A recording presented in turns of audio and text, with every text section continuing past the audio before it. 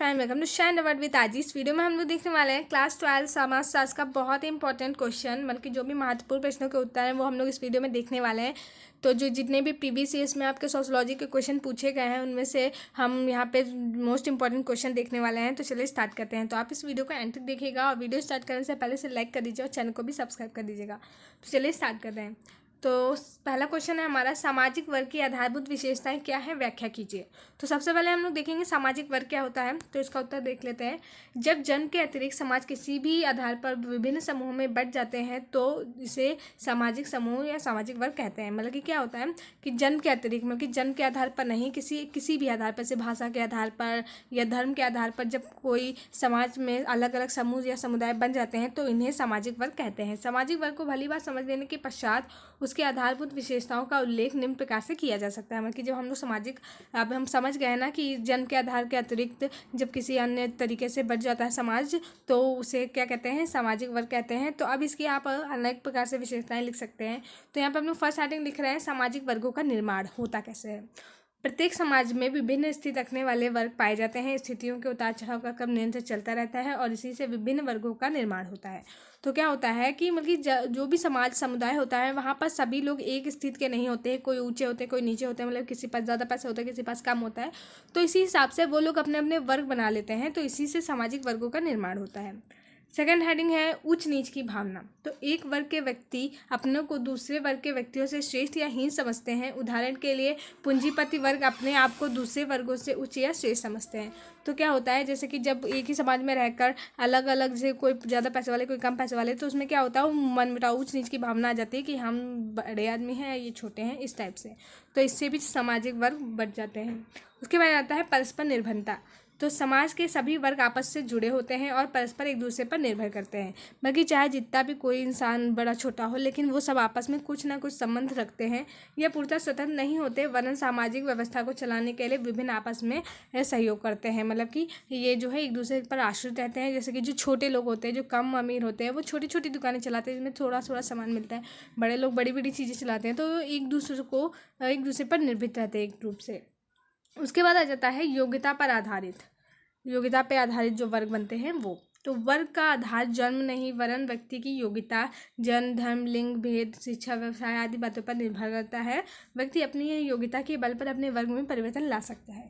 बाकी योग्यता के आधार पर, जैसे कि कोई होता है बहुत पढ़ा लिखा इंसान है तो पढ़े लिखे लोग एक वर्ग में हो जाते हैं और जो अनपढ़ वगैरह होते हैं वो अलग हो जाते हैं। इस टाइप से जो योग्यता के आधार पर वर्ग विभाजित होते हैं वो योग्यता के आधार पर कहलाते हैं।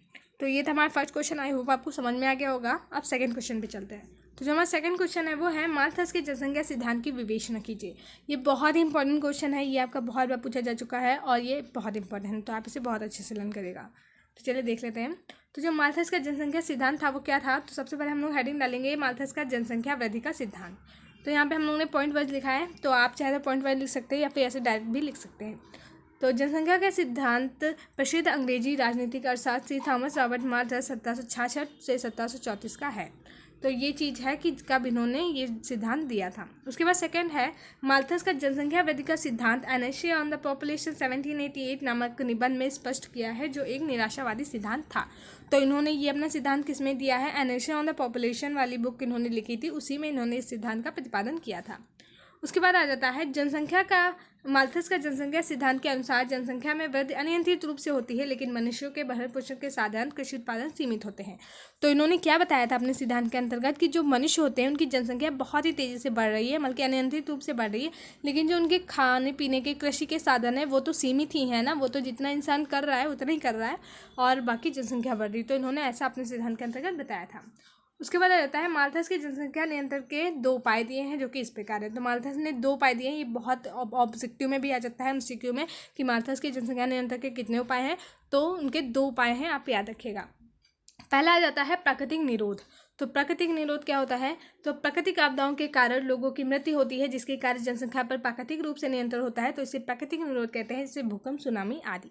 तो क्या होता है, जैसे प्रकृति के द्वारा जो आपदाएं वगैरह आ जाती हैं जिसकी वजह से जो मनुष्य वगैरह की हानि हो जाती है, लोग की मृत्यु वगैरह हो जाती है, तो इससे जितनी भी जनसंख्या कम होती है वो प्राकृतिक निरोध के अंतर्गत आ जाती है। सुनामी वगैरह आई, बाढ़ वगैरह आ गई, भूकंप आ गए, तो इससे जो भी हानि होती है जन मन की, तो ये प्राकृतिक निरोध के अंतर्गत आ गया। उसके बाद जो सेकंड होता है वो होता है कृत्रिम निरोध।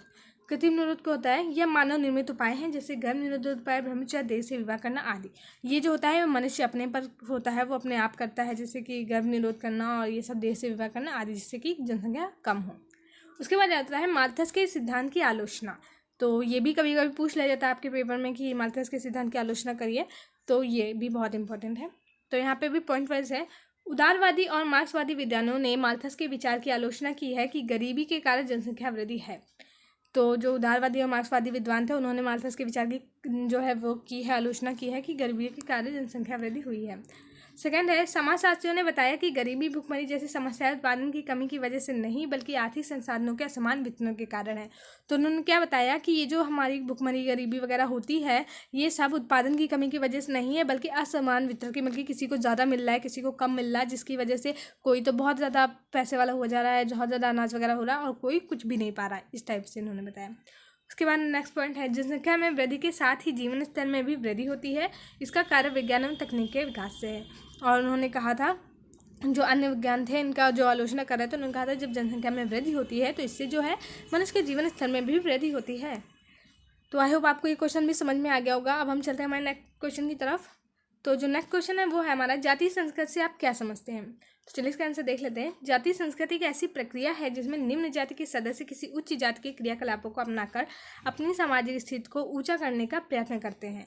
तो ये बहुत ही आसान है, आप एक बार में समझ जाएंगे। जाति संस्कृत क्या होता है? जाति, जो जातिवादी होती है, संस्कृत क्या होता है? हमारे रीति रिवाज या इस टाइप के। तो जो लोग छोटे लोग होते हैं, मतलब कि नीची जाति वाले होते हैं या फिर जो निम्न जाति वाले होते हैं, वो उच्च जाति वाले लोगों को देखकर, उनके क्रियाकलापों को देखकर, उनके रीति रिवाजों को देखकर उनको अपनाना चाहते हैं और उनको अपना के वो सोचते हैं कि मतलब कि हम भी हमारी भी स्थिति ऊँची हो जाए। तो ये जो चीज़ होती है ये हमारी जाति संस्कृत के अंतर्गत आती है। तो क्या होता है इसमें? बेहतर जीवन स्तर, सामाजिक स्तर तथा में सुधार तथा उच्च जाति एवं राजनीतिक जनजाति के बीच खाई कम होती है। तो वो लोग ऐसा करने से, मतलब कि जब वो लोग शुद्ध हो जाते हैं, अच्छे होते हैं, अच्छे क्रियाकलाप करते हैं, अच्छे तरीके से रहते हैं, तो फिर ऊंच जीत की भावना बहुत कम होने लगती है। जैसे कि इस टाइम पे बहुत ही कम हो गया ये, पिछले पुराने ज़माने में ये बहुत ही ज़्यादा होता था, ऊंच नीच की भावना बहुत ज़्यादा थी। इस समय ऐसा कुछ नहीं है। आगे बढ़ते हैं।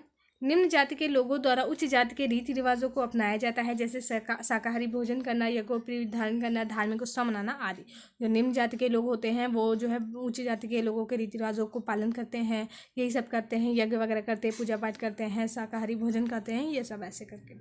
उसके बाद M.N. श्रीनिवास ने जातीय संस्कृति को सामाजिक रीति रिवाज का अनुकरण करने तथा निम्न वर्ग की जातियों के द्वारा दुष्ट जातियों के कर्मकांडों के अनुसरण की प्रक्रिया बताया है। तो M.N. श्रीनिवास ने क्या बताया है? सिंपल सी लैंग्वेज में बताया है कि जातीय संस्कृति को सामाजिक रीति रिवाज का अनुकरण करने तथा निम्न वर्ग की जातियों के द्वारा द्विज जातियाँ क्या होती है? उच्च जातियाँ। द्विज जातियों के कर्मकांडों के अनुसरण की प्रक्रिया को ही जाति संस्कृत बताया है, जो जाति अथवा अधिक्रम के वास्तव परिवर्तन में नहीं होती है। तो ये था हमारा बहुत इंपॉर्टेंट क्वेश्चन। आगे बढ़ते हैं नेक्स्ट क्वेश्चन पे। तरफ, मातृवंश तथा मातृतंत्र में क्या अंतर है? व्याख्या कीजिए। ये भी बहुत इंपॉर्टेंट क्वेश्चन है, बहुत अच्छे से समझिएगा। तो मातृवंश एक अनुभाविक संकल्पना की बजाय एक सैद्धांतिक कल्पना है। तो जो मातृवंश है ये एक सैद्धांतिक कल्पना है। मातृतंत्र समाज में स्त्रियां प्रभावशाली होती है। जो मातृतंत्र समाज होता है वहाँ पे स्त्रियों का प्रभाव अधिक होता है पुरुषों की अपेक्षा, जबकि मातृवंशी समाज में स्त्रियां अपनी माताओं के उत्तराधिकारी के रूप में जायदाद पाती हैं, परंतु उनका उस पर कोई भी अधिकार नहीं होता है और ना ही सार्वजनिक क्षेत्र में उनका निर्णय लेने की कोई अधिकार होता है। तो क्या बताया जा रहा है कि जो मातृ वंश होता है वो एक अनुभाविक संकल्पना है, बल्कि सैद्धांतिक संकल्पना है, लेकिन जो मातृतंत्र होता है इसमें जो स्त्रियां होती हैं वो बहुत ही ज़्यादा प्रभावशाली होती हैं। और जबकि जो मातृवंशी समाज होता है उसमें क्या होता है, जो उनकी बेटियां होती हैं वो अपनी माँ से जायदाद पाती हैं, उसका हिस्सा पाती हैं। ये होता है मातृवंशी समाज में जायदाद माँ बेटी को मिलती है। उसके बाद नेक्स्ट क्वेश्चन है हमारा, सामाजिक विषमता व्यक्तियों की विषमताओं से कैसे भिन्न है? चलिए देख लेते हैं। सामाजिक संसाधनों तक असमान पहुंच की पद्धति ही साधारणतः सामाजिक विषमता कहलाती है। ये क्वेश्चन भी आ जाता है, सामाजिक विषमता क्या होता है, अति लघु में आ जाता है, तो आप इतना लिख सकते हैं कि सामाजिक संसाधनों तक असमान पहुंच की पद्धति साधारणतः सामाजिक विषमता कहलाती है। कुछ सामाजिक विषमता में व्यक्तियों के बीच स्वाभाविक भिन्नता की प्रतिबिंबित करती है, उदाहरण स्वरूप उनकी योग्यता एवं प्रयास से भिन्नता। तो क्या होता है, सामाजिक जो भिन्नता होती है उसमें जो व्यक्तियों के बीच में अनेक भिन्नताएं पाई जाती हैं, जैसे कि उनकी योग्यता के आधार पर, प्रयास के आधार पर, आदि के आधार पर। वह व्यवस्था जो एक समाज में लोगों का वर्गीकरण करते हुए एक आदिकर्मी संरचना में उन्हें श्रेणीबद्ध करती है, उसे समाजशास्त्री सामाजिक स्थिरीकरण कहते हैं।